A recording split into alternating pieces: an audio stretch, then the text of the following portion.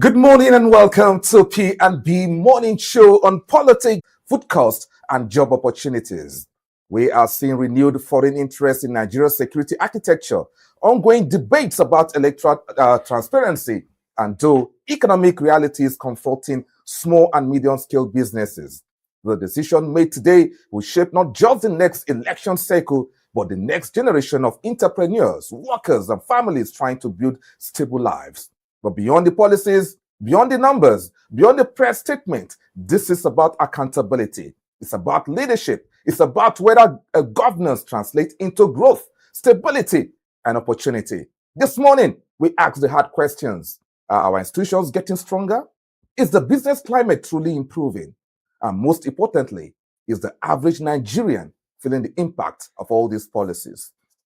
This is P&B Morning Show, where policy meets the people and where business meets accountability. I'm your host, Omike Joseph Matthew, and the conversation starts now. Of course, Chidi Kenneth, as always, is with me. OJ Simpson. I like the way you just read it, the way you just present your topics, and the way you're looking. Like I told you, you always look like your political reforms, like your electoral reforms. So good morning to you. Good morning, OJ. I hope your night was splendid. Yeah, we thank God each time you wake up and you're alive and you can breathe and you can see what's going on around you, see your children, and the atmosphere is enough to thank God. So I thank God I'm alive and I'm well and I'm here in the studio. Good morning, viewers. Once again, you're welcome to Politics and Business Television here in the city of Abuja. All right. Of course, today we have a whole lot in stock for you, as we'll be looking at some burning interesting issues this morning. Always burning. Yes, burning interesting issues. And one of the first thing we'll be looking at this morning is the issue of Rabiu Kwankwaso, the former governor of Kano State.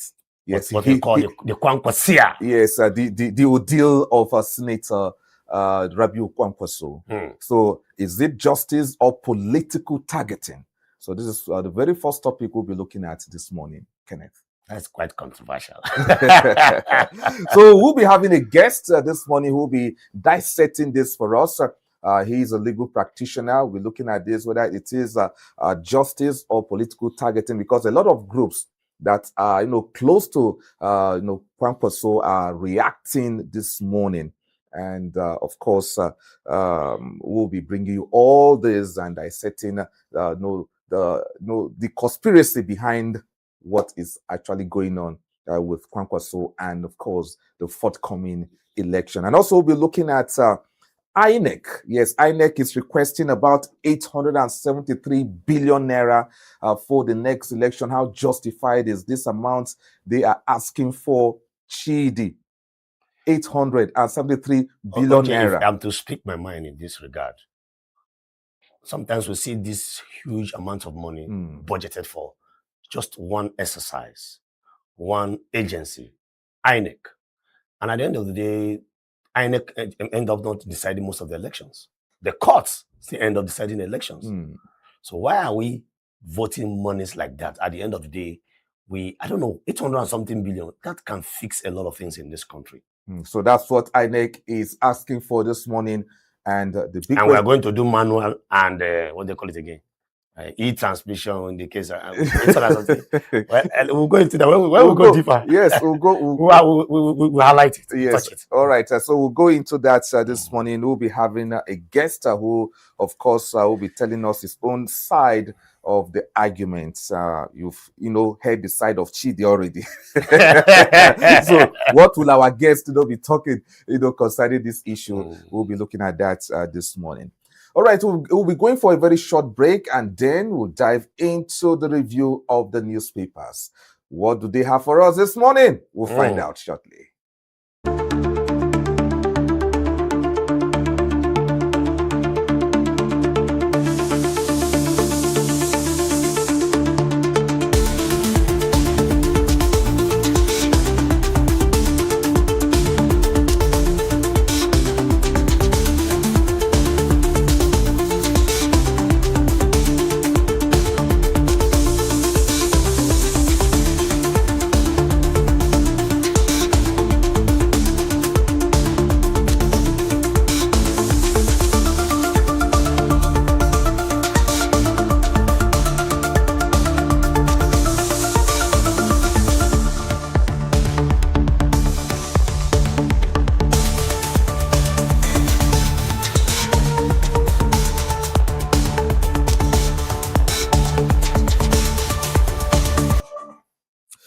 right, you welcome back to the P&B Morning Show right here on Politics and Business Television, reaching you live from Nigeria's capital, Abuja. So let's dive into the newspapers right now. So the very first paper we have for you this morning to look at is the Nigerian Tribune.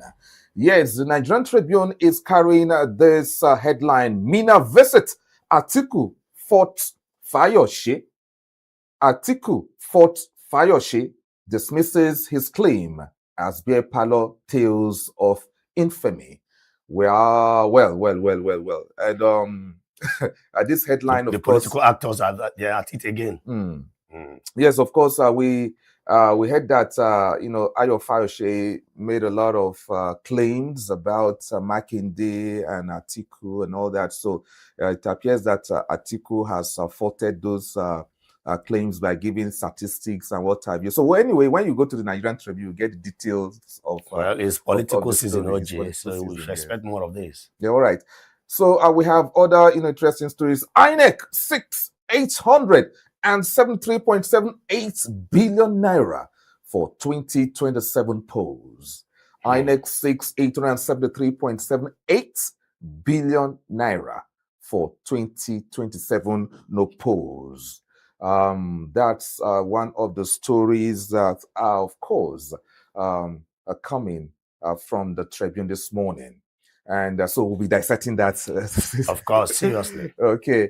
And of course, we have other interesting stories. El-Rufai will report to EFCC Monday, according to his counsel. EFCC will report to, El-Rufai will report to EFCC Monday, counsel. Yesterday it was drama at the Nnamdi Azikiwe International Airport. Yes, I was going to say that during when we were trying to. No, go ahead and say something about now, that. You see, El-Rufai made a comment a few days ago that very soon I will be arrested. Very soon I will be arrested, and here we are. The invitation has arrived, so you can see that this is political seasons, and I don't know why each time we're about to get close to the electionary period or season, we begin to see arrest, invitations, and what have you. And sometimes I used to ask myself, what's going on? Few years, 3 years before the election, nobody's been invited, OJ. Nobody's been arrested. But when it's getting close to like a year to the electionary period, you begin to see invitations. And mostly from all these invitations, strong political actors. It is the opposition politicians that are being invited. So yesterday, the drama at the Nnamdi Azikiwe International Airport is really. He made some serious comments. Yes. He was even saying even the president cannot tell him what to do, and the rest of them was angry. Attempt were made on him, and he said that he's even disappointed with his friend Ibadu, that is the national security advisor to the president, who happens to be his friend before, because they are no longer political friends. No. All right. It's politics. So, of course, anything can go. And so let's see how the issue of El-Rufai, goes at the end of the day. So on Monday, he will be going to the EFCC on his own terms. And that's what his counsel has said. Last time. So find out. EFCC is for everybody, OJ. If you are invited, you can go. Maybe one day they will invite you, OJ. I hope not. All right. So let's go to our next paper without wasting time. So what do we have in the Guardian this morning? The Guardian carries the story: National Assembly tightens grip on public finances amid 2027 election funding debate. National Assembly tightens grip on public finances amid 2027 election funding debate. You see that on page 6. Of course, the budget hearing is ongoing at the National Assembly, and questions are being asked. In fact, debates, defense. Yes, some lawmakers, particularly senators, throwing tantrum to themselves, and all. So in fact, I watched the video online yesterday. Yes, it was a very strong and heated one. Yes, between Senator Oshomole and David Umai yesterday, and one of the senators was saying that you were just a senator for 2 months. I was like, wow, these senators have a way of training from some of the tantrums at each other. Yes, and David Umai was like, you should talk to me with some respect.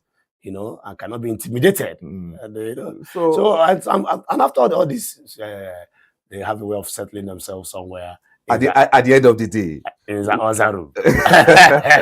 Allegedly. Anyway, so that's the situation. So the National Assembly, of course, is tightening grip on public finances. And please, if you actually need to know detail of this story, go to the Guardian this morning. And we have another story concerning the Senate. Real-time results transmission does not translate to e-voting.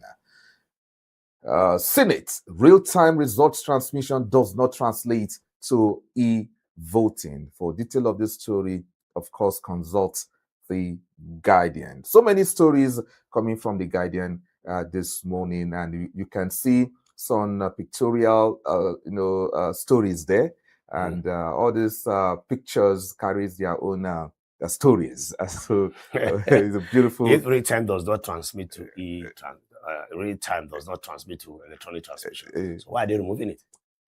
Why is that real time a problem? Just the two words, real time. Right. Anyway, what's so big about the real and the time? Anyway, so you'll find out from the Guardian. Okay, so let's go to our next paper this morning and get one or two headlines from them. Yes, so we have the Punch. The Punch newspaper is our next paper to review, and it carries this bold headline: NAS to harmonize electoral bill Monday. NAS, that is the National Assembly, to harmonize electoral bill Monday. Senate rep versions of bill face final reconciliation. Real-time results transmission not same as e-voting, so says the Senate. The Senate will continue to talk and talk and talk concerning this electoral bill. So that's the bold headline coming from the Punch this morning. So for detail of this story, go to the Punch newspaper. Vandalism causing flooding on Lagos Calabar Highway. Vandalism causing flooding on Lagos Calabar Highway, Umahi. That's the Minister of Works. So already some persons are vandalizing this road, the Lagos Calabar Highway that was commissioned in December, I think, by the president. The few kilometers they've already done, vandalism is already going on. So what's really wrong in this country? OJ is simple. This is just a proof that there is poverty in the land. There is serious poverty in the land. Why will you go? Will you go and vandalize the road? You don't have any business because God is nice to you. A lot of people are hungry out there, and you see that goes to the fact that our security agencies must also step up, protect government properties. We have the civil defense, which is their sole responsibility. Sole responsibility, of course. Protect government properties. Why on earth in 21st century will government embark on a very big project that will be beneficial to everybody? To everybody. And somebody will go there and vandalize. That person is hungry or something else is wrong with that person. And I think it's called for serious attention because we keep hearing vandalization. And from before it was common within our electrification projects where people go to steal cable wires and the rest of them. Now we have dived into stealing of rods that was used to control, because the Minister of Works, I understand most of the roads is doing is what we call the concrete road, and it requires the use of iron rods, and these what we call in our local parlance the scavengers. Scavengers. Yes, they go in the middle of the night to dig. In fact, OJ, it will interest you to know that some of these potholes you see on our highways, especially in some funny communities, the young men go there in the night to dig it to create artificial problems. So that they can generate some funds. The next thing they'll put stick and say you have to pay what will cost token. They call it in some part of Delta dever. You give some little things, tokens for you to pass. And you see, it baffles me how people will be part and parcel of the problem in our country. You still complain that government is not doing well, government is not giving you facilities, and here you are, government is trying to bring dividends of democracy to us, and you are going there to vandalize it. There's something definitely wrong with that person. Something is definitely wrong. And we admire, beautiful cities around the world, the Dubais of this world, the London of this world, and so on and so forth.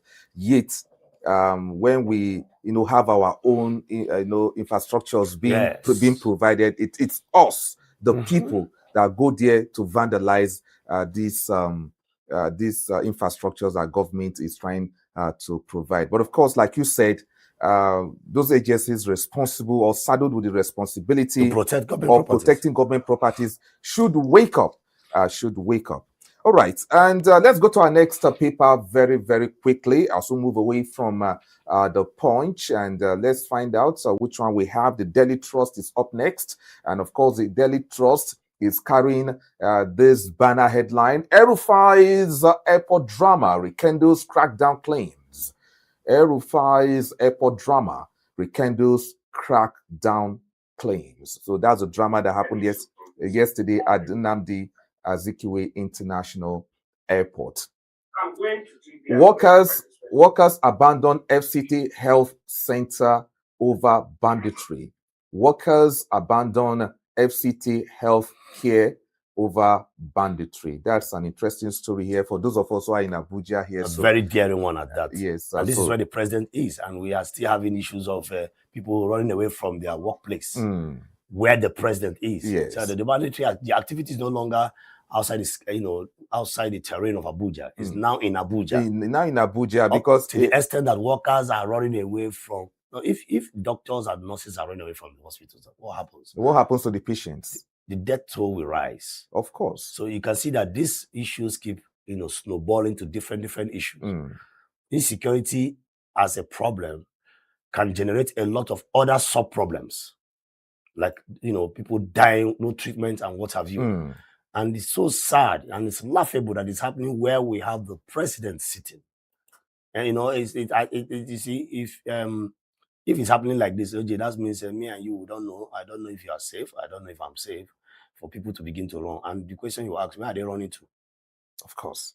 That's the big question there. Okay, so we'll still let's check out the Daily Trust again and see which other story that might interest us. Murtala Muhammad, fading eyewitnesses, lingering memories, a special publication. I think this is a tribute to the late Murtala Muhammad there. So to find out that write-up, and of course, the writer of that write-up on our former leader there.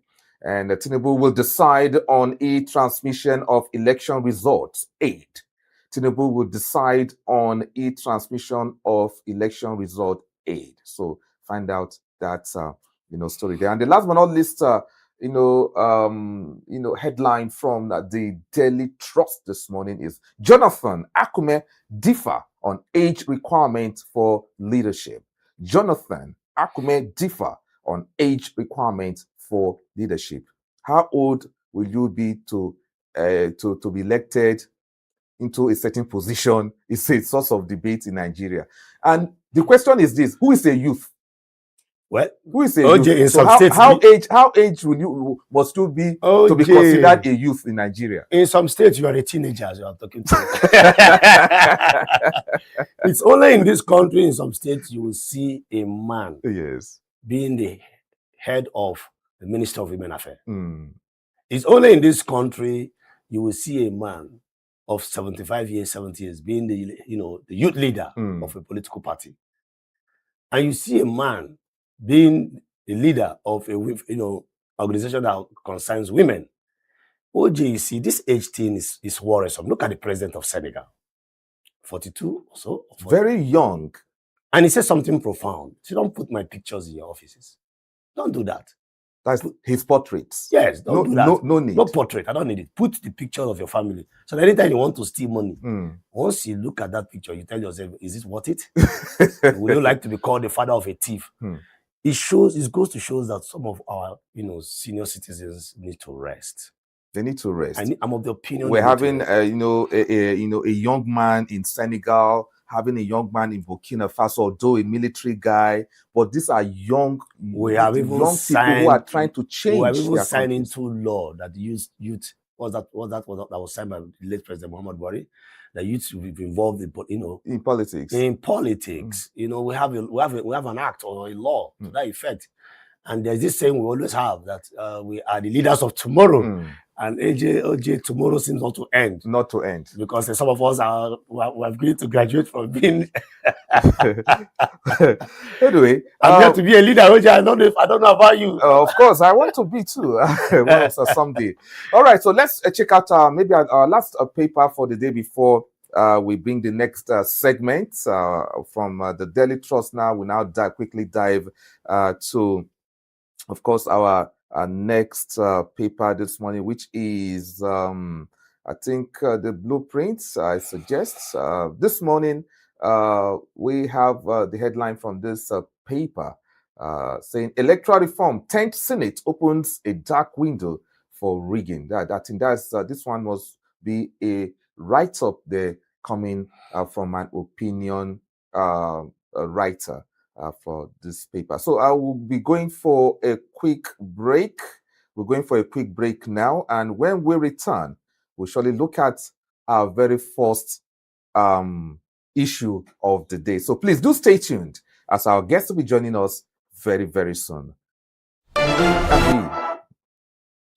This is the P&B Morning Show. Let's go for a quick break, please.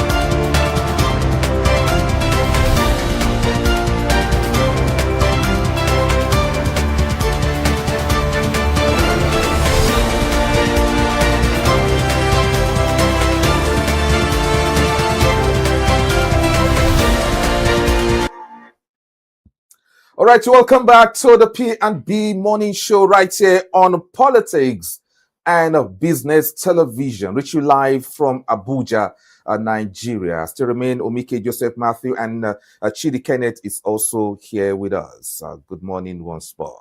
Thank you, OJ. All right, let's begin the show with our continue the show with our very first issue of the day.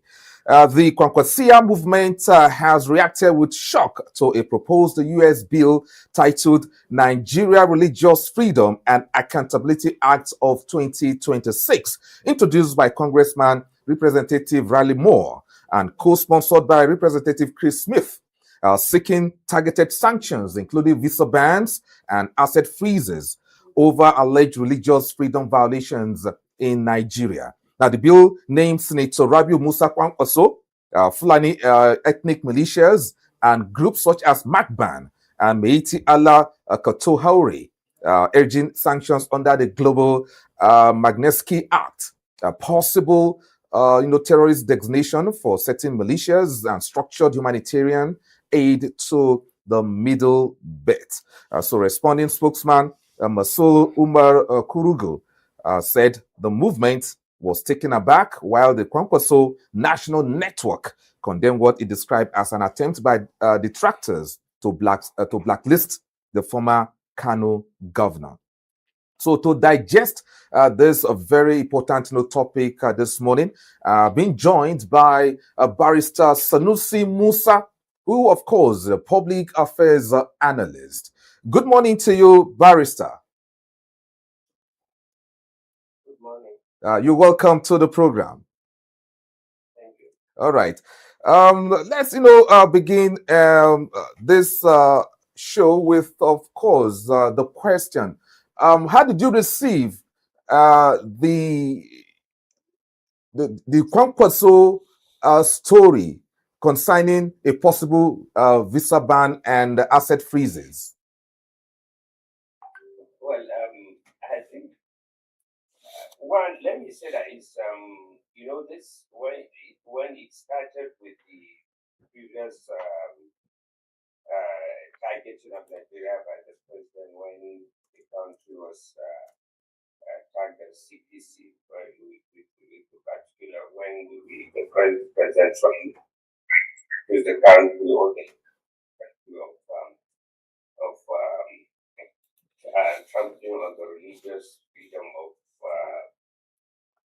Christians, so to say, in northern Nigeria, which has been clearly counted, and it has been shown that that is not true. And every Nigerian is happy that the American government have started to see the truth. That really, contrary to what he's saying, if the killing in the northern Nigeria cannot be said to have targeted more Christians or Muslims, because even without any statistics, just by logical reasoning, you know that there is no way when there is a mass killing in places like Borno State or in Kano or in Katsina or in Sokoto, and you said that majority of those who are killed are Christian, because these were not killing that were done in churches.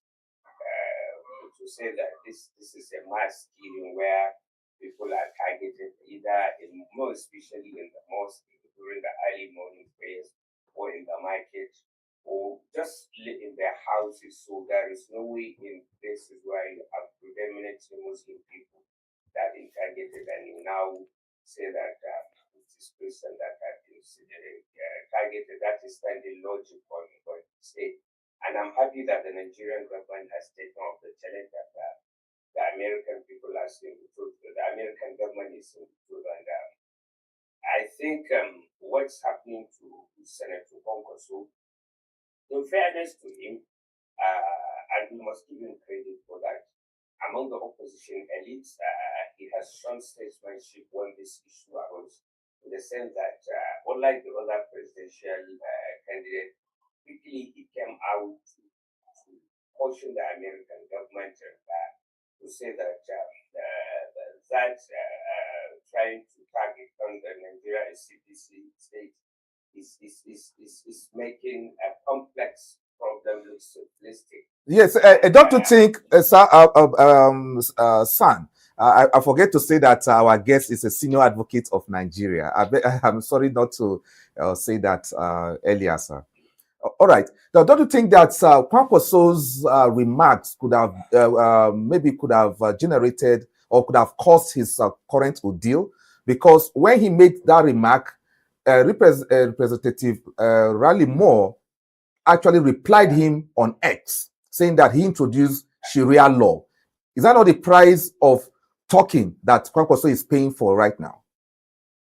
Well, that is now it gives you source of concern. If American politicians that are in the highest offices like that of House of Representatives have limited information of what they are trying to sponsor bill on. A simple check will show him a simple research and checking with the American embassy and some research institute will show him that the trajectory of Sharia in Kano and what was the response of Kwankwaso. Because if you check those of us who were still there at that time in Kano and as privileged to be alive, we knew that contrary to what he tried to say in that, Kwankwaso was forced to introduce Sharia in Kano, so to say.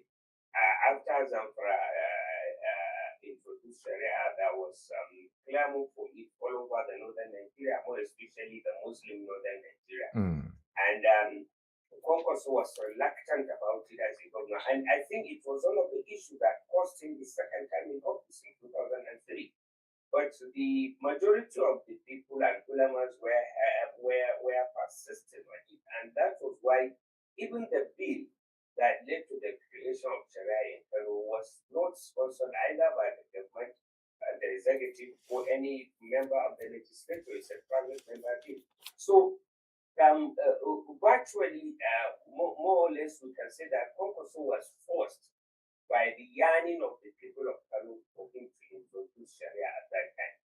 And one gets to wonder what the introduction of Sharia in a state like Kano that has to do with tagging Kwankwaso or any other Nigerian state as a religious Bible.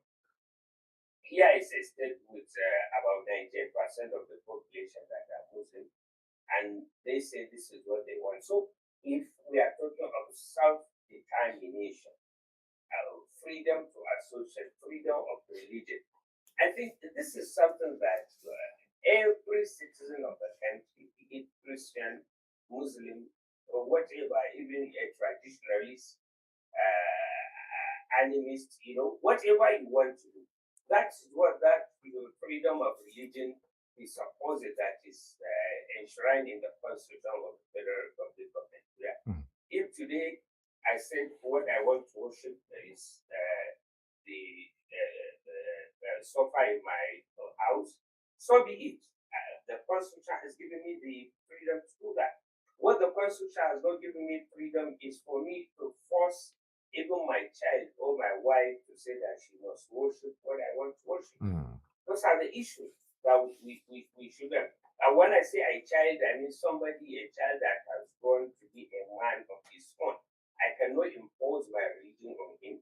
This is why the Constitution provision now safeguard children that are in school, that the school cannot impose any religion other than the parents' religion or the children that are going to school there. So I can't perform how that issue will lead to what has happened. But I think it is just trying to show you how petty some political office holders should be, because he wanted to take up focus on social media, and we commend him for not taking that. But then now trying to say to you the instrumentality of state for you to tap on so as a religious Bible for whatever it is. I don't think that is a fair assessment of him. We have a duty to say that because he has shown he's a statesman. Unlike other politicians who decided to look the other way around when the interest of the state is what matters at that time, not their own political interest. So in that regard, I think we should give it to him. But I think it's not even understandable who is Kwankwaso, because as far as I'm concerned, Kwankwaso is more or less like a local champion who I don't see how what national political influence he has on the country that targeting him will assist the cause of the Christian. And contrary to that, they are even helping him to get more political value from the northern Nigeria by that targeting, because he may likely use it to say that this has been done to him because he's a Muslim, or he has any religious inclination in his political outlook, which me and you knows that is not true. Kwankwaso is an ordinary politician like any other one, without any inclination to any religion, and I don't think he has any even political ideological definition that attached to it. It's just after getting political office. All right. So, Chidi, do you have a question for Barrister? Yes, I will ask the barrister some questions. But before I do that, Barrister, good morning once again. I want to say that to an extent, I will disagree that Kwankwaso is not just a local champion. The Kwankwasia movement is like a religion in Kano. And Kano is a factor to become the next president of this country in terms of numbers. In fact, at some point when the INEC is declaring results, everybody is waiting for Kano. After you call Lagos, you call some city, everybody is waiting for Kano. But that's why we have serious voters turnout. And, we're talking about a place that produces votes up to millions since 1999. So it's a fact at some point, Kano delivered almost, 2 million to late President Muhammadu Buhari. So it's a factor. And the Kwankwasia movement is, in fact, one man single-handedly has produced the governor of that state for how many years now?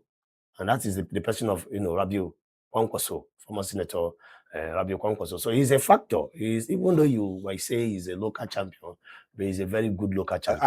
I think the local champion that our barrister is, meant is that he's a force to be reckoned with. A force to be reckoned with locally. That is in Nigeria. Yes. Not so I think that's you're correct, OJ. So please, sir, there's this conspiracy going around that this naming of Senator Kwankwaso by the U.S. Congress for a possible visa ban and asset freezes could be as a result of 2031 election, because it is being projected that the North will provide the president at that time. So it is now best to clear him out of the way from now before we get to that period.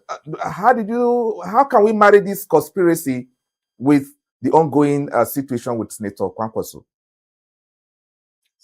You see, it really pains me, when we have political elites that they have refused to have consensus about the unity of this country.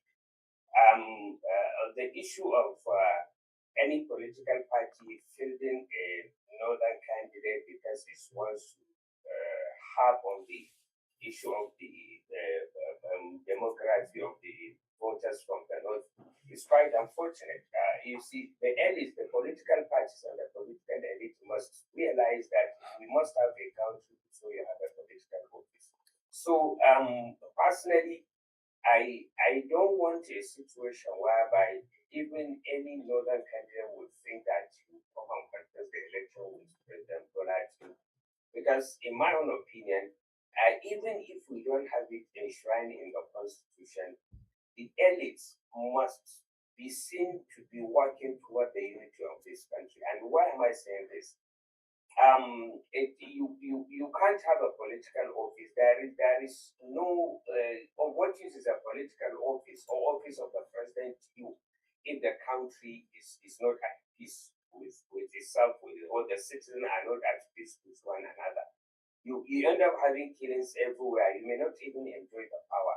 So the political elites need not to wait for any external influence for them to know that these are the things that we should do that are right. And we have seen it in some states that have gotten. I always commend the political elites of Niger State, where they now have an unwritten code that they rotate the office of the governor within the three senatorial zones in their own. They know that once this is the time for this zone to produce the governor, and after 8 years, all the major political parties will now pick their candidate from the same zone. That now is promoting unity and cohesion among the people of the state. So having Buhari spent 8 years in office, elect President Buhari, may God have mercy on his soul, spend 8 years in office, I don't think it is even proper. Even the last election, if the political elites and the political parties are conscious and desirous of unifying this country, PDP couldn't have fielded another candidate, and Kwankwaso shouldn't have contested the election. Because we should know that we have to work toward bringing unity. And even if, so that is one part of it.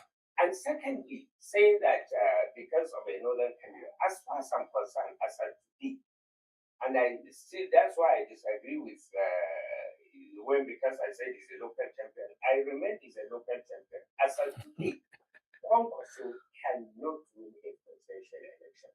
So, in terms of winning the presidential election, Kwankwaso is never a threat to either President Tinubu or any southern candidate. Of course, he is a contributing factor to the number of votes that a particular candidate may get, right, because of the influence total vote cast in the election. So how can somebody who's 4.7% of the total vote cast in an election be seen to be a threat after 4 years? What has he done to show that he can be able to win an election? Even the election they won in Kano, he was not able to manage success to have his party intact. Now that the governor had to leave because the party is in a big, serious internal crisis that they are not sure even whether they will be the governor. So I don't want us to take it to that side because like playing into the hand of those who want us to use the press and promote that disunity and dichotomy between the North and South at this time when the election is coming. Nigeria is one, and whoever is the president of Nigeria is a president of Nigeria because he votes spread in all over the country. And it was not just for nothing that the framers of the Constitution clearly stated that for anybody to win an election, he must get at least 25% of the total vote cast in at least 2/3 of the state of the federation, which means that the person who won the election is somebody with a national outlook.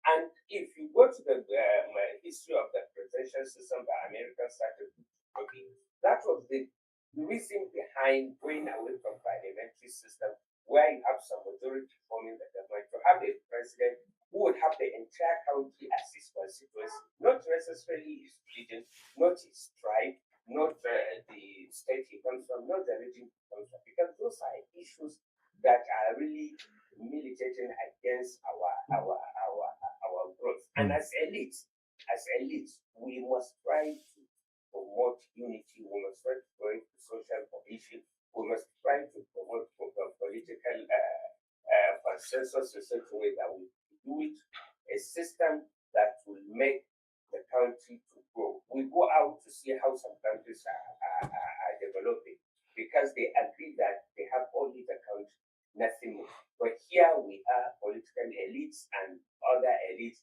talking about who is from the north, who is a Muslim, who is a Christian.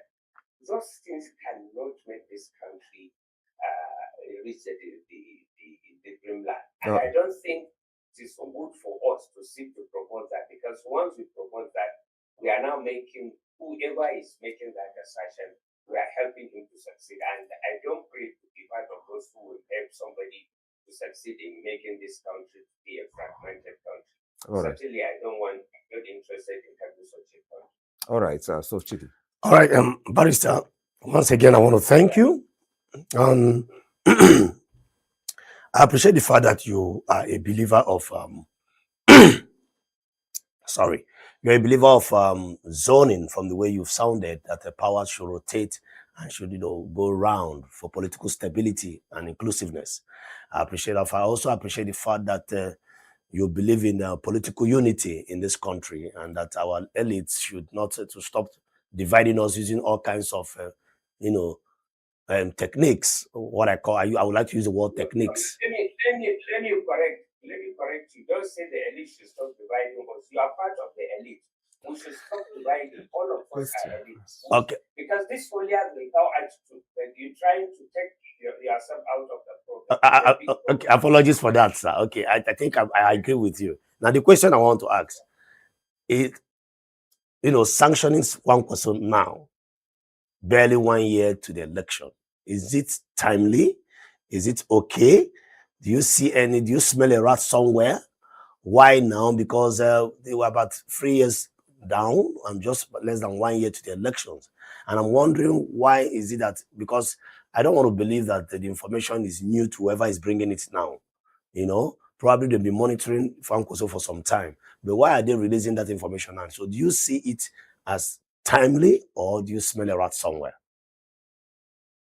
No, I smell a rat in the sense that it is part of, I want to say, part of the conspiracy of some unpatriotic elites who in hospice went outside the country selling the idea that in Nigeria there is a Christian genocide in northern Nigeria.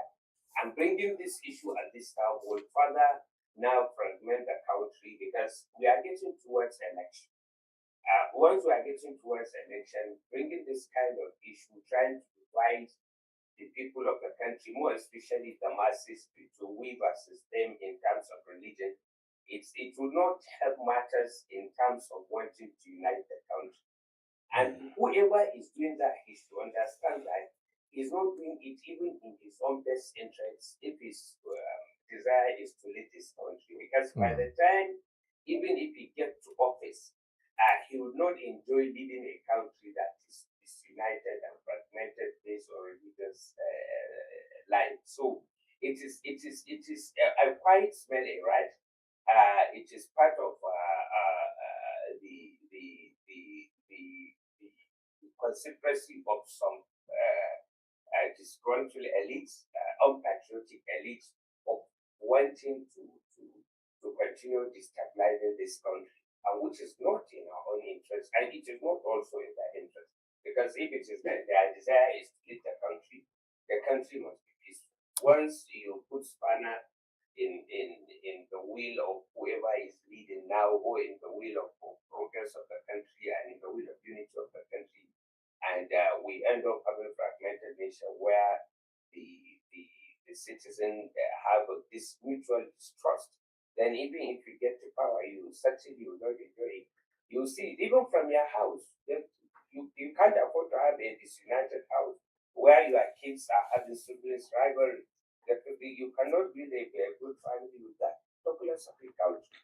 So I smell a right, and I think that it is just a determination of some few section of the elite or wanting to join the country, or thinking that it is only America that will give them power. But they are making mistakes. That will not give them power. Anybody who wants power should come and participate in the process to see where it takes. All right. I think it would be nice for us to also, quickly talk about Macban and the Meiti Allah Kotel Haure. Yeah, because for us to sideline them will not be really good.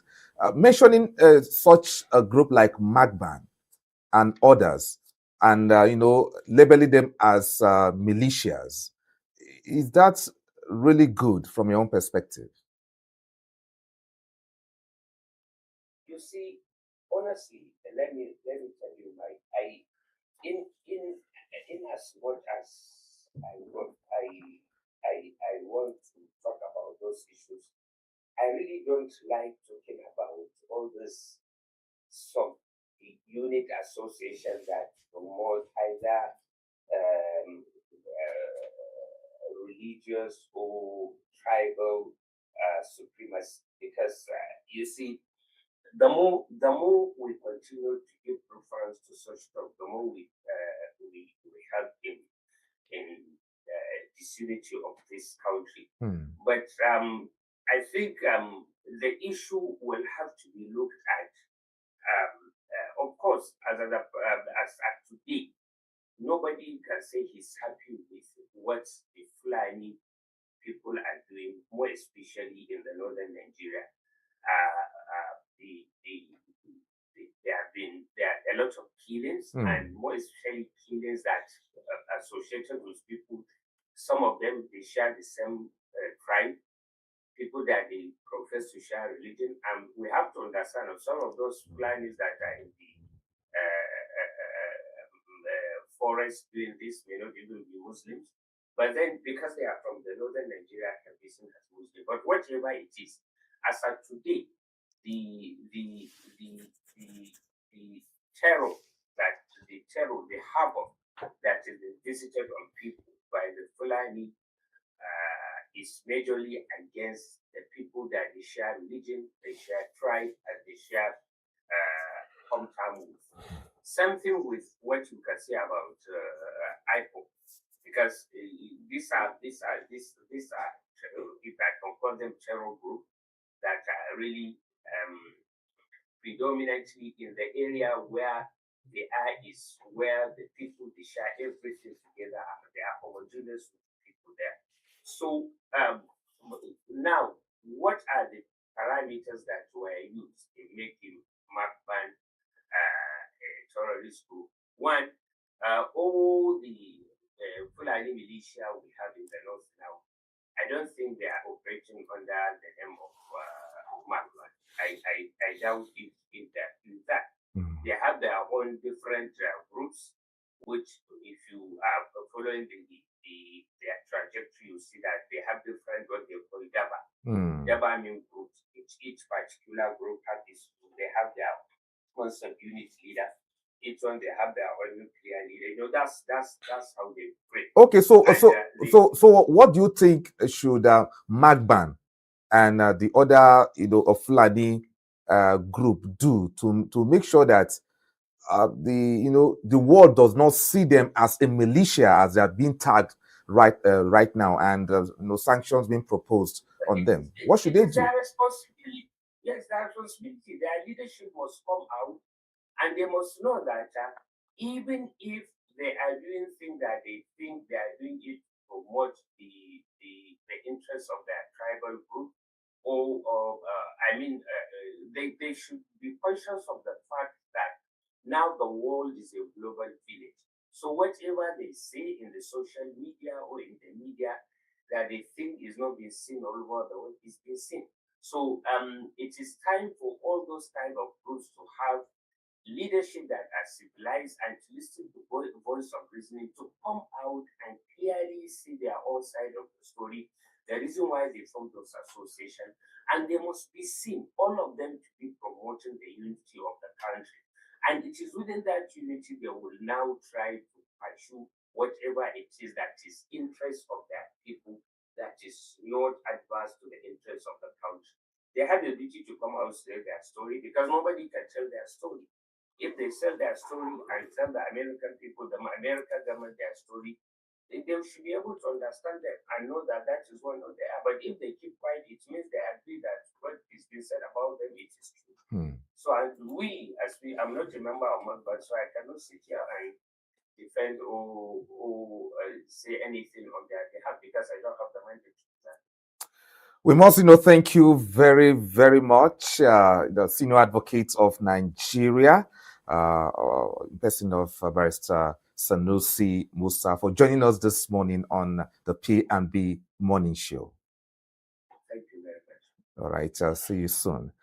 We've been speaking with a senior advocate of Nigeria, Barrister Sanusi Musa, who, of course, has looked into the issue of Kwankwaso visa ban proposal, whether it is justice or political targeting.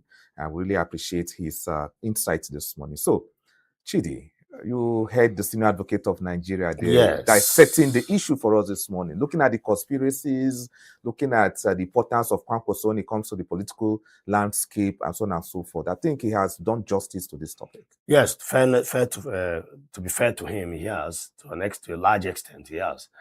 Even though I also want to comment in some areas where he mentioned about I was not really clear about his stance on the Miyetti Allah and the back ban.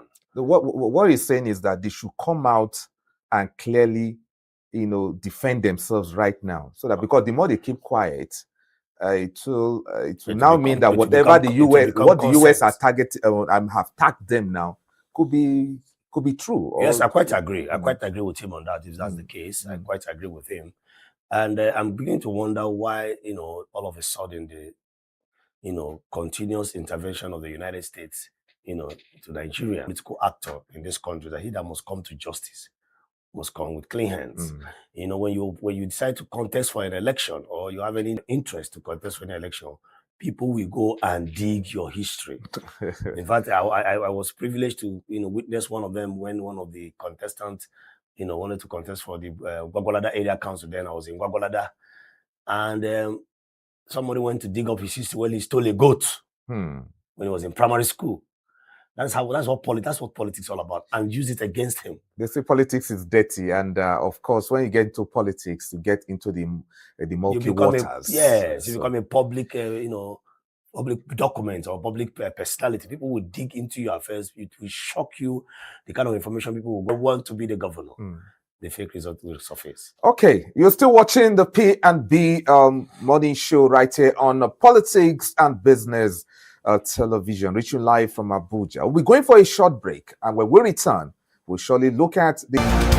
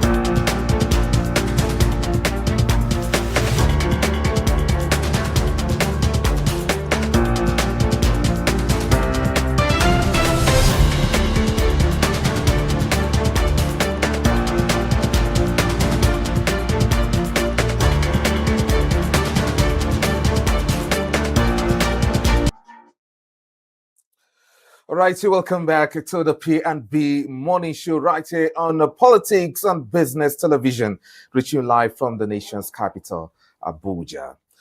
All right, we now bring you our second issue of the day, and it is on INEC.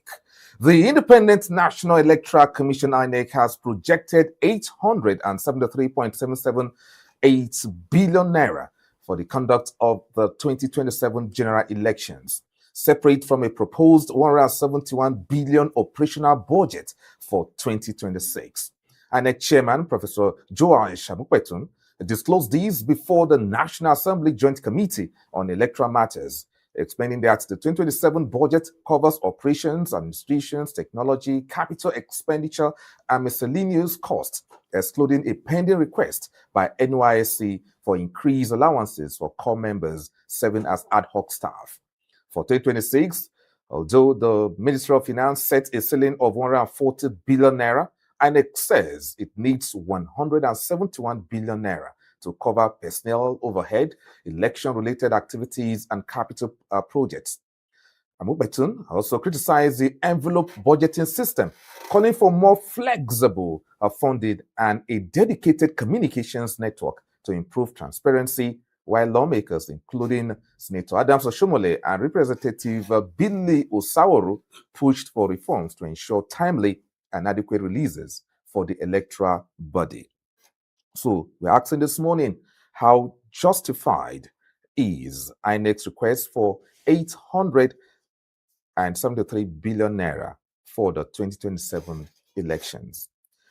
Joining us this morning is Ambassador Olubumi Fagbuyero, who of course is a social commentator. And it's nice to have you this morning, sir. Nice to have me. Thank you very much for being here. And also, Chidi is still here in the studio. Yes, I'm still here and I'm looking at my guest. He looks so wonderful. Thank you. You look good too. Okay. Okay. Yep. All right. You want to, asking the very first question, Chidi? Once again, you're welcome. In fact, you're looking more like the INEC budget. I'm too handsome. Yeah, what that means? The budget is too handsome. Yeah, you're looking more like the budget. All right, to the business, my guest here in the studio, 800 and almost 1 trillion. Yeah, that's almost 1 trillion. And recently, before now, the e-transmission, the real time, and the manual transmission has been the issue. Now, with almost 1 trillion naira, do you think it's okay that one should spend that kind of money? At the end of the day, some results will be written on paper. And I'm asking, why do we have to spend that kind of money? Let me hear from you, because before I start shooting, I need to also hear from you. I can maybe probably borrow some lead from you. Okay. Thank you very much. For me, I am not the INEC spokesperson. Let us have that in record.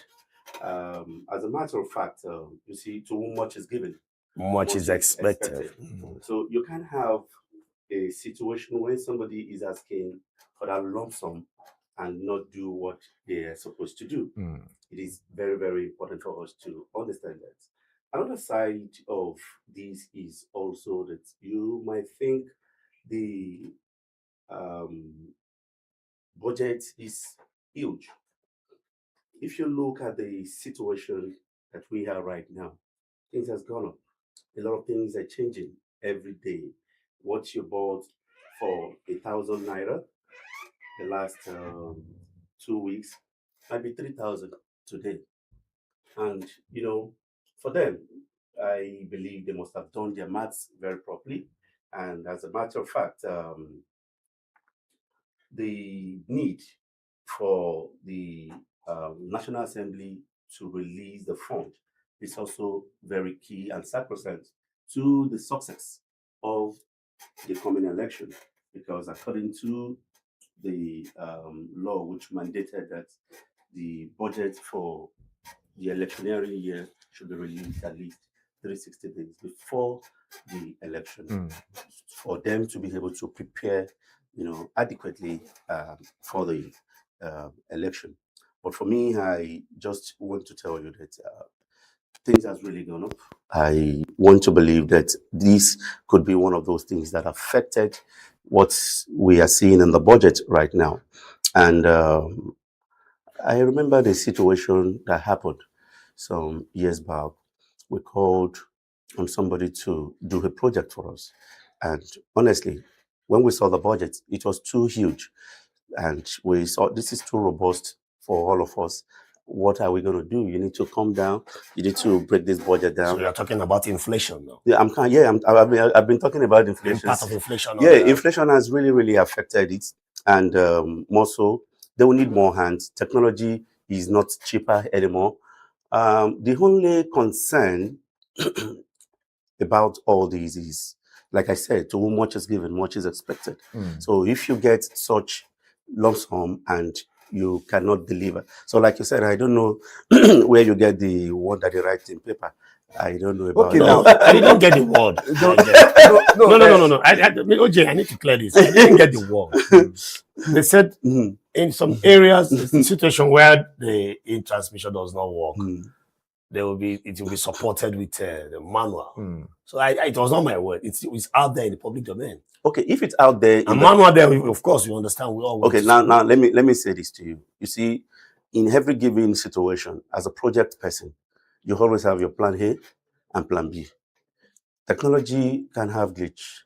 You might decide, okay, I got in here. I want to send a message on my email quickly to somebody who is expecting the email from me.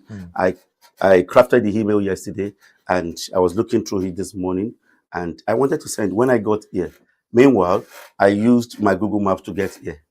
But at the time I got into this office, I couldn't access my internet anymore. So what am I going to do?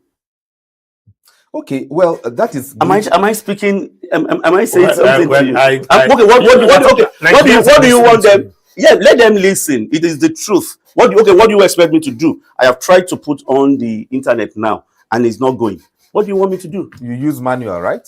You use manual phone. Is any phone manual? Well, you should be answering that question. Okay, no, I have answered the question. Yeah, Ambassador, let me quickly ask you now. This humongous amount of money the INEC is asking for, like you rightly said, that they need it because of their operational whatever, and they need to ensure that everything goes well in 2027. But let's take ourselves back. In 2023, a large sum of money was also released for INEC. And at the end of the day, 300 billion? Yes, at the end of the day, Nigerians were not really, most Nigerians, okay, were not really happy with the outcome of the election, especially because of the IREF portal saga that we are still discussing today, that is bringing up this issue of electoral act, whether it should be e-transmitted or e-transfer or manual transfer, like my colleague rightly said. In some cases, what guarantee do you think that INEC can give Nigerians that if this money is being approved, that the next election will be what Nigerians will say, okay, I think INEC tried? Okay, that's a very wonderful question. You see, sometimes there is always time for everything. At this level that we are right now, I don't think there is reason for anybody to play around, with electioneering issues anymore. And it is glaring that the blood of Nigerians is so high right now. We want to see things work for all of us.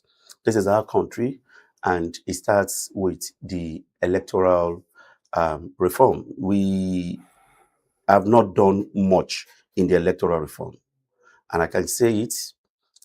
You see, technology is taking the space.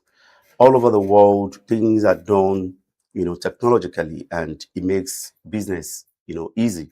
But the problem that we have is, you see, when people want to cut corners, they always look for a way to cut corners. Cut corners. So the government is calling for a digitalized economy. is calling for a digitalized Nigeria where things will be done digitally. I remember that I wanted to interface with some governors and ministers lately, and I wrote letters on paper, hard copies, and I took it to them. And the next thing I saw was, oh, we don't receive it again. I was happy, but I have another concern. We didn't respond if we write it through emails that you have given to us, which is cheaper for us. But till now, I have not gotten any response. And what I proposed is something that will do the nation good. And I felt really bad. So I'm just coming. So the technological aspect of it is key. And INEC must take this very seriously. Whatever thing that they have there. And I thank God the Nigerian people are watching. The budget is in the public domain. You cannot hide it for anybody. You have said A and B will be allocated to this, will be allotted to this, will go to this and that. So if that is the case, then we want to hold you accountable. Okay, now as a Nigerian, as a Nigerian now, are you confident that, okay, if this money, this 873 billion is given to INEC today for the next election coming up, that you'll be sure that INEC will utilize this money well and you'll be satisfied with the result of the election at the end of the day? Like I rightly said that, you see, at this point, there is no time cutting corners. There is no time to play with the future of Nigerian and the posterity. We believe that, for me, I believe that at this level, INEC should do better. They should be professional in their practices. They should do what they say they want to do so that we can have the right result. How do you get the right results? When the money is disbursed at the right time, you work with the right people, you get the right technology, you do what you're supposed to do at the right time.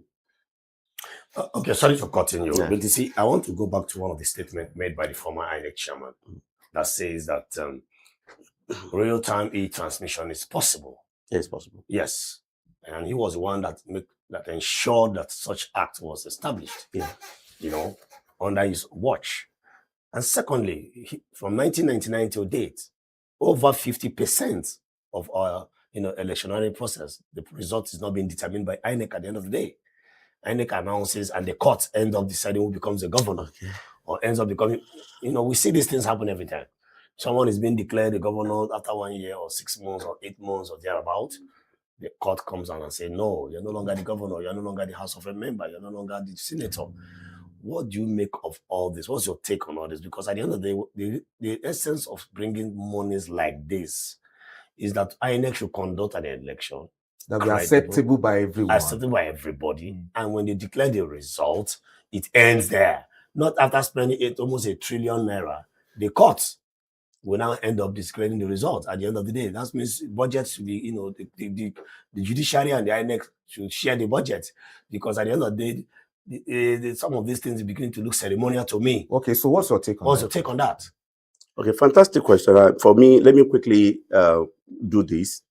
There is no result that they can pronounce anywhere in the world that will be acceptable to everyone, because a lot of people are politically, divided already. So if you win, I can't be happy. Even the person that does not have a vote will say he's not happy with it.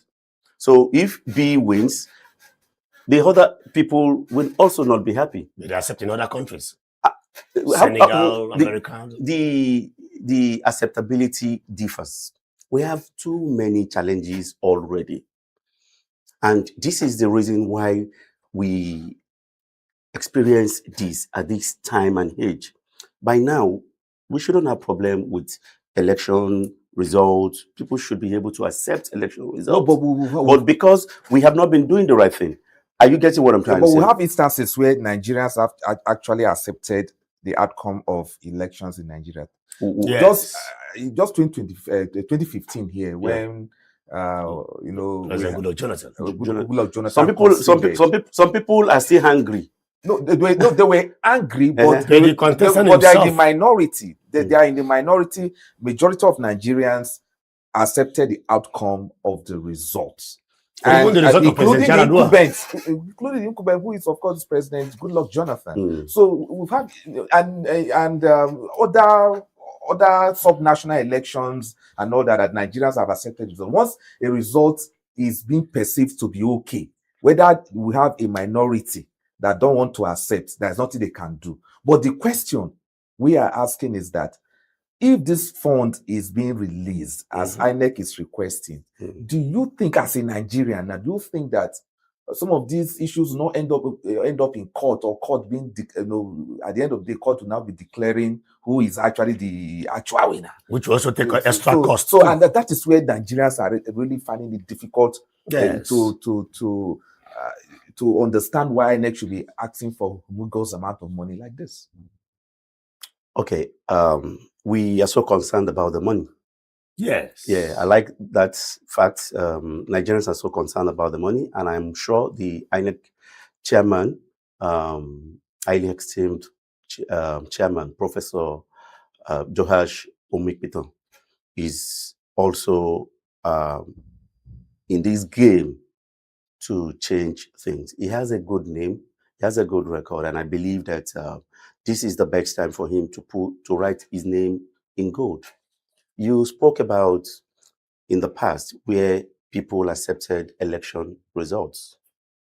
You see, it looks like a game of football when there is nothing you could do again when the referee says is a goal. But in this case, it differs a little because you have the right to also go to court. Now, why do we always go to court? It is because we have perceived that we can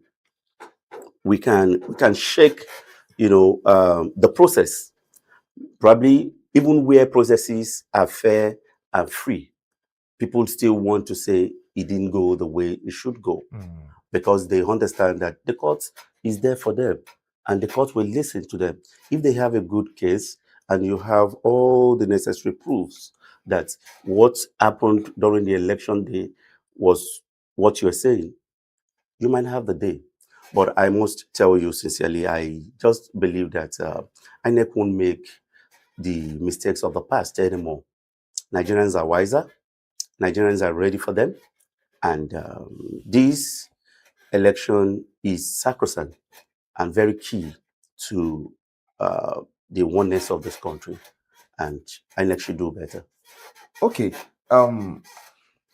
Still talking about the money, because as far as we are concerned, this money is the money. Now, the Ministry of Finance have budgeted 140 billion for personnel costs, for overhead, election-related activities, and so on. And I like to say, no, 140 is too small. We need 171. So they're asking for more. So INEC is an institution that's always asking for more. In fact, ambassador. At some point, what should we do about this? At some point, OJ, I don't know. Oliver Twist, right? Asking for more. Asking for more. 140 has been budgeted, but they're asking for. They said no, the 140 will not be enough. That we need 171. So should we be giving INEC whatever they need, so that at the end of the day, who is even vetting those things? Who is vetting those? So that at the end of the day, we'll now. We'll say, okay, we're giving you all you want. So I would need results. And result means declaring, people who actually wins the elections. So should we just release the funds for INEC just to say, okay, just to say, okay, at the end of the day, we don't blame ourselves for not releasing end up producing inconclusive elections. But mind you, the government is crying that there is no money. There's no money. Okay. Now let me say this to you. I took my time so well to study, because I'm also a social development expert, and I'm very key to the development of this country. Nigeria economy is key. And leadership is also very key. You can have a bad doctor. The doctor can only probably, negatively affect the life of few. Probably in 1 month, probably kill like 10. Are you getting what I'm saying? You can have a bad mechanic. You can have but you cannot dare have a bad president. When you have bad leaders determine what will happen, not just now, will happen also in the future. Because in the policy formation, there are a lot of things that are embedded in it, and the moment things are done the wrong way, it won't just affect now, it will affect the future, and it will mar all our images. So what are we saying here? You are going back to the money. Money is the root of all evil, according to No, some it's not the people. root of all evil. And somebody now said, if it's the root of all evil, he loved those evil. So now let me what I am trying to make you understand here is it is important that when you don't understand what is going on at the back end. I run a project company, and most times when you meet with people who want to give you projects and you tell them this is the amount that will do this, just like you tell your mechanic, go, I want to change this, and you say this is the price, and you say, no, I can't give you that price. You are giving them half of the price. They will go and buy what they like. Yeah. So, and when they come, substandard ones. Thank you very much. And when they come, you will now be the one to say, I gave you money to buy this, but the car is not performing the way it ought to perform. Then you will now say, but I told you the original one is 5,000 naira, but you gave me 2,000. How do you expect me to get the original one? Then you start feeling guilty and having yourself to blame. I am not, supporting INEC in any form, but I'm just trying to make us do something. You see, when people say they can do it, and each time they will come out and say they can do it, I always tell people that the same thing that somebody who is a liar the same thing that a liar will say to a girl that they want to date is the same thing that somebody who is truthful will say. Okay, let me. Okay, so there's something I want to go to the business aspect of this whole thing. Yeah. 2023 election, INEC demanded for about 300 billion. Yeah. Today, INEC is demanding close to 900 billion.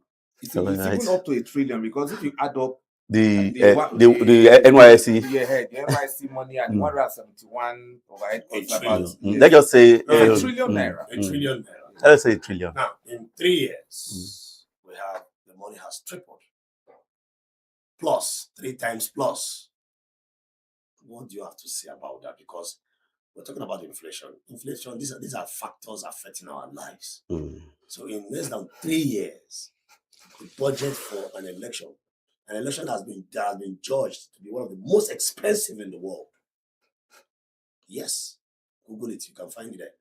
Most expensive, 300 billion, 3 years down. Not even up to 3 years, because by what? Let's say 3 years. Yes. And we have about 600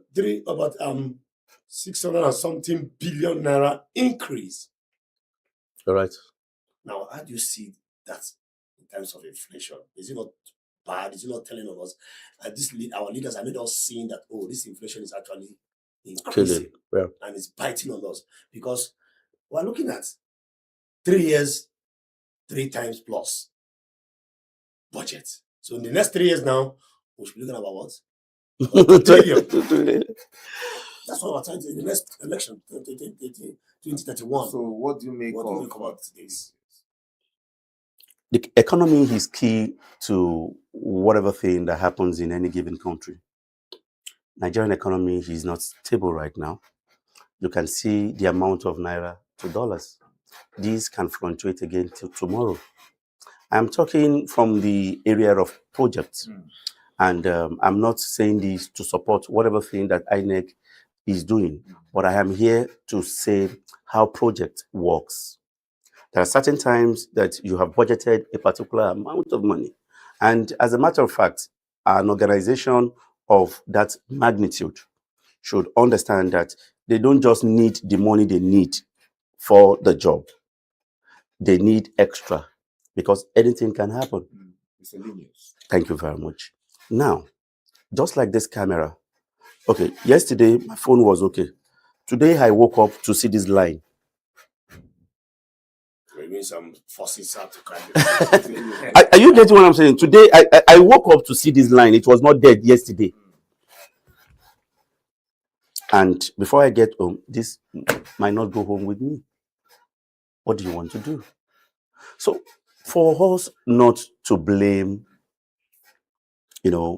INEC, you always find room to do what is right. So when, like I said, to whom much is given, much is expected. We are expecting too much from them. If they say this is the money they need, expected too much. So if they say this is what they need now, let us give it to them. If it is given to them and they do not do what they are supposed to do, What do we do? We have what to do. We've always accepted it. I've never seen okay. anybody- What are we? What? Okay. What do you expect us to do? I don't know, but okay, have you ever seen after elections, INEC is being held responsible or even accountable for their budget? I'm yet to see that. I don't know if Okay, now what are we supposed to do? All right, Well, gentlemen, let's switch the conversation now to what we are actually supposed to discuss this morning. We are not holding INEC accountable yet. We are talking about the finances. That's our focus this morning. Now, you are technology savvy, and in the proposal, INEC is budgeting 209 billion naira for technology because now the electoral bill has been passed. Okay, and e-transmission is expected in the next election. So INEC is saying for this to happen effectively, they need 209 billion naira. Is this too much, or you think it's okay? I don't know how INEC got to that. I'm not the staff of INEC. Are you getting what I'm saying? But I want to tell you that we have professionals who are also into the tech business. Government have the power to sit with different organizations and say, okay, this is the budget. They are talking about tech. There are a lot of organizations that can also be of great assistance to INEC, even to cut the cost of technological needs that they have proposed. So now, for me, I believe that at this point, we have bigger problem. And even INEC now have more problems to contend with. And all they need to do is to do the right thing. It's just to do the right thing. So in essence, 209 billion for the sake of technology that they'll be deploying in the next election, the budget is okay. Let's just allow them go ahead. And if you say the budget is too much for technology, it's just like somebody who is saying education is too expensive. Try ignorance. Okay. Try ignorance. So if we want the best, we are the one who agitating that, okay, we want free and fair election and we want, electronic transmission of the results. And it has been passed. And now we are all waiting. And right now, the money should have been disbursed by now so that they can do what they need to do. But mind you, what I want the Nigerian people to do is not just to sit back. The moment the money is disbursed, they can follow the money. They can follow the money. They can track how by demanding for accountability and transparency. There are a lot of anti-graft agencies will do that. Anti-graft agency can do that. Civil society can do that. They are the watchdog of the society. And they can also demand for openness in terms of activities that are happening when they want to do certain transactions. They can. So for their name, you see, I got to a level in life where I now realize that openness is key. And let me tell you, accountability is even different from being open. You can be open and not be accountable. You know, the way you are talking, my ambassador, sometimes I wonder, I still wonder if we're in the same country. Because the last time I spoke to you, it's like you came back from, you're in London. So, OJ, maybe what my I am only, because I'm looking at you. no, I am only speaking. I am only. I might not speak the mind of the Nigerians Let me the say way they something. want it, but I am speaking the truth. We If have had you say you elections. want something, you say you want a soup with egusi, with ogbolo, with urishirishi, with shaki, Yeah. with edo. It comes with money. It comes with It comes with a price. yes. So if they now say pay and you now say no, then are you not the one that is the problem? Ambassador, the situation whereby these things are provided at the end of the day, results are announced in the midnight. I just when I'm coming, results are announced in the midnight. You know, as though we are doing some form of vigil. And then at the end of the day, all this money is being provided. A lot of results are inconclusive. You know, you see a situation whereby elections almost done and dusted. One local government, they declare it inconclusive. 2 months later, you see a party. As in fact, it's so sad. I think there was a state that won with just how many local government? And the governor came out. The results came out from there. You know, so and, you know, sometimes people try to mesmerize our intelligence. So looking at the perception of Yes. in case we release this money, so the outcome may not be what we need. Yes, the confidence is not there. The trust. It appears Because we have seen it in the past and nothing happened. Do you have the confidence that okay, if these monies are being released, because OJ, you want to release the money, that OJ will release the money. Okay, that everything, and it's building my confidence so that I can say this money should be released. Okay, now looking at the reaction of the legislators, you know, some of the senators are saying that the body languages. Yeah, they are saying that no government agency should impose a budgeting system on INEC. For instance, like I said, the Federal Ministry of Finance said for your personnel, for this, for that, for that, we are budgeting 140 for you. And INEC say, no, hold on. 140 is not enough. We need 171 billion. Okay, so Senator Shomole, to be precise, is saying that no government agency should impose, you know, budget on INEC. Yeah. That is what INEC wants. Just like giving INEC now the power to say open check. Open check? Thank you. Open check. What do you want? Name it. Name it. That is what. So it's like INEC is now getting the support of the senators. Is this the right way to go? For me, you know, when a distinguished senator in Nigeria is saying something, he also have its own reason. I'm not talking about interest.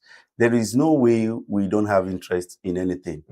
Any policy that is being made by any given organization, there must be interest attached to it. There is sentiment in everything. Getting to marry your wife is not just about love. It's about sentiment. You have certain sentiments, and somebody says, you can't marry this girl. There is a sentiment in your mind that, no, this is the person that I want. And how, when we say we love something, emotional sentiment. Yeah, emotional sentiment. It appears, okay, I'm supposed to be somewhere else, but sentimentally, I got myself here because I have not heard from you in a long while. And, you know, I feel so good that I heard your voice yesterday and I got here. So what am I trying to make you understand? So if somebody says, oh, they have interest, of course, the interest is best known to them. The interest might be that we want Nigeria to be a better place, that elections should be free and fair, the electronic transmission should be done the right way. Many people might not like the truth, but I must say it to you. If you are agitating for certain things, I have made a simple scenario of your mechanic. And what should Nigerians be doing? If you say, oh, that money is too much, they cannot take it, then we don't have election next year. Okay, now let me ask you one very technical, very quickly, sensitive one, and I need you to answer me straightforward. Yeah, no problem. INEC is more or less, I mean, the Senate is more or less giving a blank check to INEC, but they don't give the citizens a blank check. You know, you said something. Name what you want. The Senate is telling INEC, name what you want. And you're not telling the citizens, tell us how you want this election to go. How do you want this electoral act to go? Why? What do you make of that? Because people are out there protesting and saying, no, the citizens are there saying, this is what we want. we don't want this clause. We want this clause. And some senators are saying, no, this is one we want to give to you. But now here you are, the same senators, some of them are coming out to say, INEC, what do you want? So why will the INEC be the baby or the agency enjoying such freedom? And we, the citizens, the beautiful bride. Yes. What do you have to do? Don't you see some form of hanky-panky, allegedly? Allegedly, okay. Let me say this to you. I will answer you straight. Because the people voted them. Yeah, Yes. You just answered one of the answers. You just helped yourself now. The people voted them. You see, when people are not doing what they're supposed to do, when you send people to go and do something for you, and they are not doing what they're supposed to do, them. when they come back, what do? You tell them you have not done well. Are you getting what I'm saying? It is in your hand.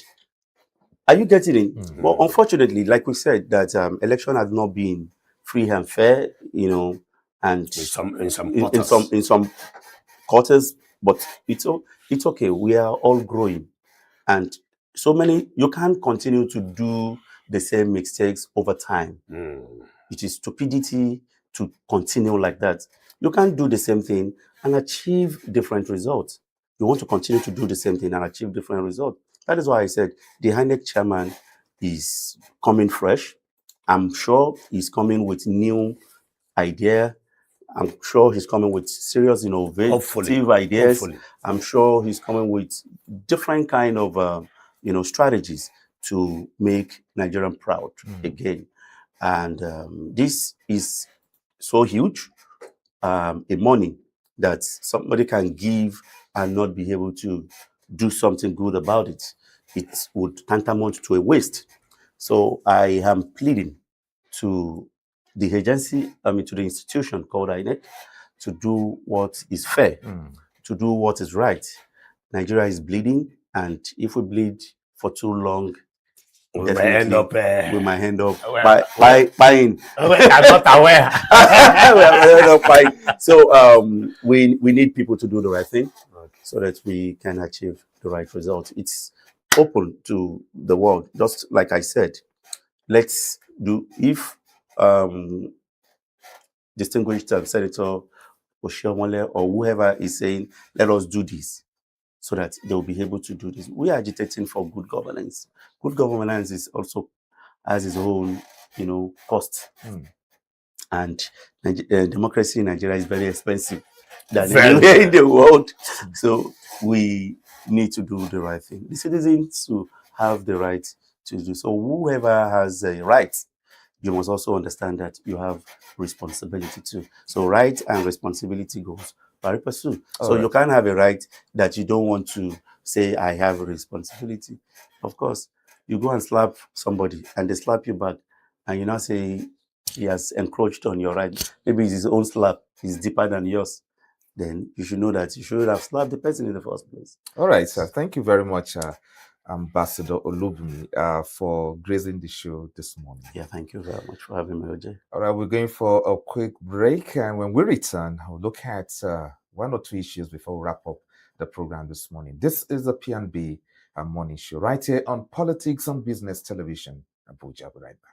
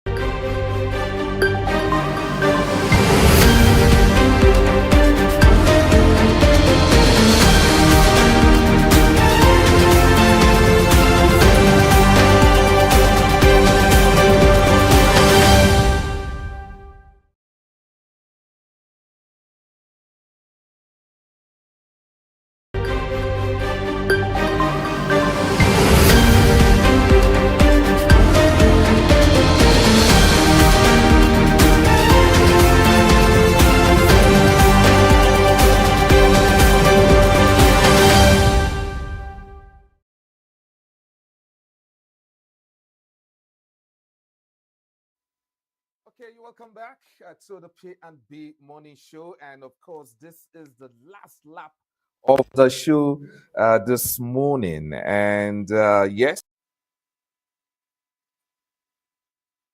so we've been able to the issue deal of Senator Rabiu Kwankwaso and of course the demand of INEC, the over 1 trillion naira they are demanding for the next election. Will be able to trash all this this morning. So yes, right now let's quickly look at the situation in Rivers State. The situation in Rivers State. Now, Chidi, 2 days ago we talked about Rivers State and the reconciliation. The reconciliation between Wike and of course political godson Fubara. Simi Fubara. The SIM card. Now, Fubara, I think, is taking action as we speak. Fubara has, fired his commissioners and is, expecting to send names of, commissioner designate right now to the State Assembly. So, is he now working the conditions given to him from the truth meeting? OJ, you see, the issue of selecting commissioners was one of the burning issues that led to the crisis. At some point, some denied it. It was denied that, oh, there was something like that. But now we're beginning to see what was denied is now playing out. I want to believe honestly that this was one of some of the things that were agreed up in that closed door meeting. That's why I said the meeting was a closed door meeting. They had to close the door and remove the key. Nobody was there, no secretary, to take minutes. Now we are beginning to see, certain things playing out. So you see, the more what is going on in Rivers State is more or less the more you see, the less you understand.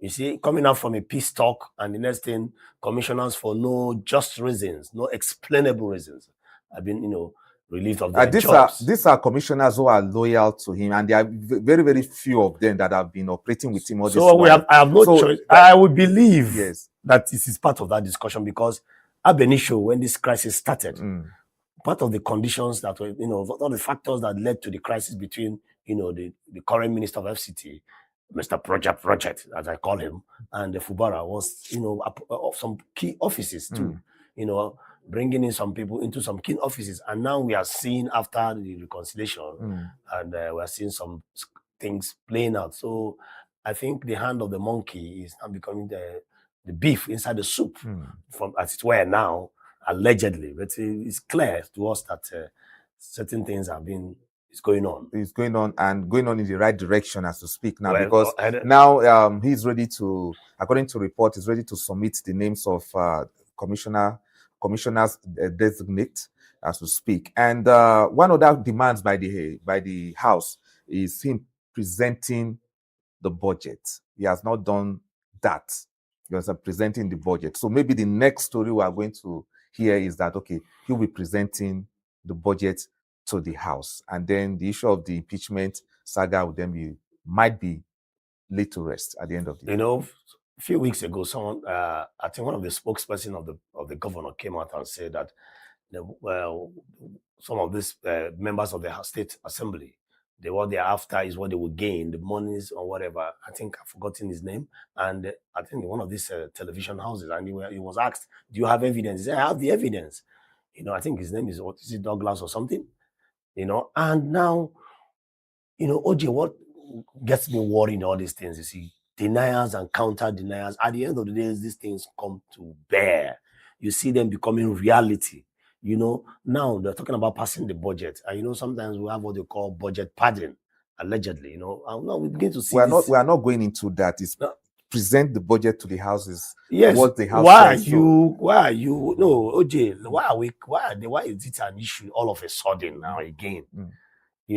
This man just finished a reconciliation meeting. One expects that at least everywhere should settle.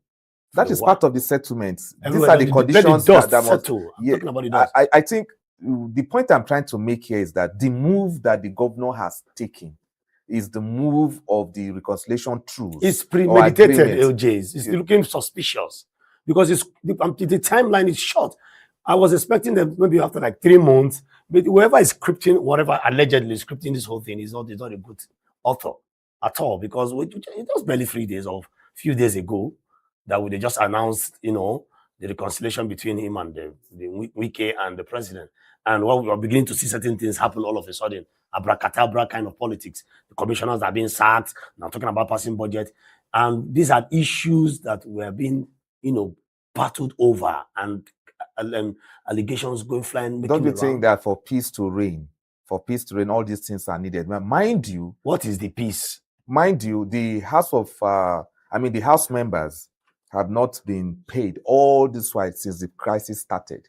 So it's still the budget. It's still, you understand? So all these things will have to be trashed out. Okay, now quickly, let's look at the drama at the Nnamdi Azikiwe International Airport yesterday that involves the EFCC officials and Nasser El-Rufai when he landed Nigeria from Cairo, Egypt. Now, the former Kaduna State Governor Nasser El-Rufai has described the attempt by security operatives to arrest him at the Nnamdi Azikiwe International Airport, Abuja, as executive outreach and a deliberate disregard for the rule of law. El-Rufai has anticipated this to happen all this while. He has been firing from Cairo. All kinds of cylinders. Yes, he has been. Was it 3 days ago? He was in a particular TV station where he said that he's not a friend of the president from the onset in the first place. That they are not friends. That what actually joined them together is the issue of the party unity and all that. So that comment may have offended the presidency, and they knew he was coming back yesterday, and then the operatives, the EFCC operatives, were there at the airport waiting for his arrival. And when he arrived, there was an attempt to arrest him, but at the end of the day, it was his passport that was seized. And like we read in the dailies today, his lawyers said they are going to court, and he's going to submit himself to the EFCC on Monday. To answer some questions. So that looking at all these dramas happening with El-Rufai, are you surprised that I'm not surprised, OJ. I am not. I'm a Nigerian. A good one at that. I speak 4 good languages, so I'm a Nigerian fluently. There's nothing. I think I have little knowledge about politics in this country, having participated both directly and indirectly. And let me tell you something, OJ. It's so sad that sometimes our political journey is predicted. It's predictable. The same pattern, the same way. Anytime we are getting close to electionary season, we begin to see all kinds of invitations. And what made this whole thing dramatic is that El-Rufai said something that if you want to arrest me, you need to write. Because he was making us, I think he was trying to make it look like the arrest was unofficial. You don't just come to the airport and bundle me. I've not been served. No letter. And that was why the whole thing became dramatic yesterday. So I want to appeal to our political actors and our leaders. We are watching, we the young ones, we are watching. Is that the kind of precedent they want to set for us? Where, people, things are being, you can predict the next 2031 now. Some names will be listed to be arrested again. And I'm asking, why have you not started arresting them from 2026? So do you think that all these things is actually heating up the polity? Of course. When you're not on my side, you begin to say, because you'll be declared as enemy. Yes, the political enemy, and that is when your file, they will go. Somebody said that in Nigeria, trouble will be like pillow. It's sleeping.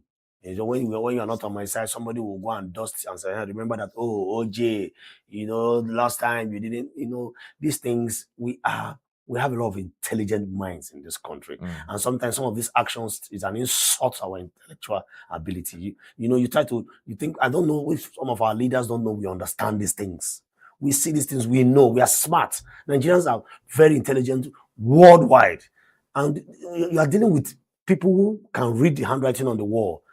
We should change the way we do things. It's becoming funny, and people are copying this whole thing. What legacy are we laying for the younger ones coming up? Where you just see things, because today Bisa band, this one, that one just happened just all of a sudden, and there's no way you will not tie them to the political seasons because we are in it already.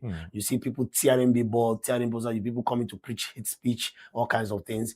Why are we doing that? Is it that politics have become so lucrative and that we must, is it by force? I thought democracy is the government of the people, affords us the opportunity to freedom of participation and expression. But you see this time around all kinds of direct and indirect, attacks in forms of, okay, you don't know I'm a thief. For example, you don't have been stealing before. When it's not time for election, you begin to serve all kinds of invitations. OJ, it's worrisome. All right. It's worrisome. And I'm calling that please, we should try as much as possible to change the way we play our politics in Nigeria.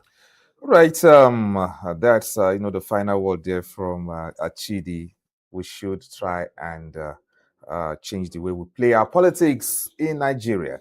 On this note, we have to draw the curtain on the program this morning, the P&B morning show right here on Politics and Business Television, Abuja. I must thank you, Chidi, for coming, as always, as a co-host on this show. Thank you very much, OJ. And I still maintain that you are looking more or less like the electoral reforms. That's shining. All right. So thank you very, very much. And we'll thank our guests, our two guests who joined us today. The Senior Advocate of Nigeria, Barrister Sanusi Musa, who joined us earlier, and of course, Ambassador Olubumi, who of course graced the occasion this morning, on the program this morning. And the voice behind the scene, talking about Innocent and Josie, who are of course pressing the necessary button for us this morning. So on behalf of everyone, I want to say thank you for watching. I'm Umike Joseph Matthew. See you tomorrow.